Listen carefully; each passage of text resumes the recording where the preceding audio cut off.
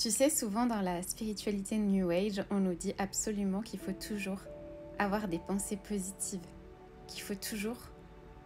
Mais en fait, à quel moment tu t'es dit qu'un être humain, c'était un robot, que c'était une IA, qui pouvait générer dans son esprit uniquement des pensées positives?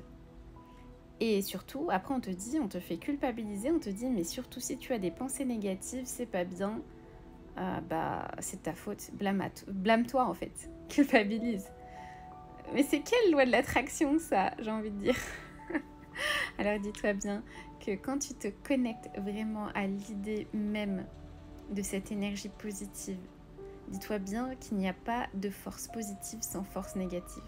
Forcément, cette idée positive qui va germer en toi va faire germer son inverse. Et forcément, tu vas devoir traiter l'inverse avant d'accepter que cette pensée positive soit à l'intérieur de toi. Un exemple. Imaginons que tu souhaites un nouveau job. Forcément, ça va générer en toi cette espèce de symptôme de je ne vais pas y arriver parce que j'ai pas confiance en moi et que je me sens illégitime. Donc pourquoi tu vas finalement repousser cette idée? Il faut simplement prendre cette pensée négative et te dire mais pourquoi en fait j'ai ça?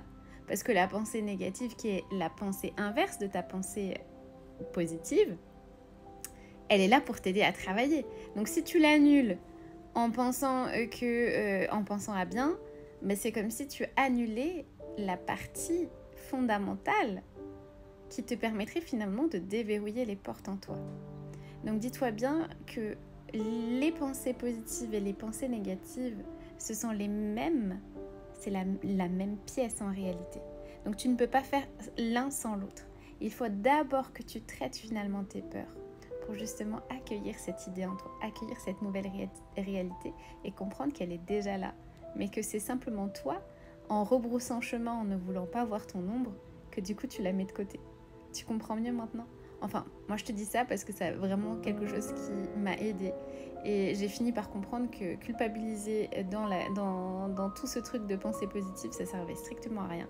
Et surtout, nos anges et nos guides nous disent à tel point, te faire culpabiliser, c'est être en dehors de toi-même.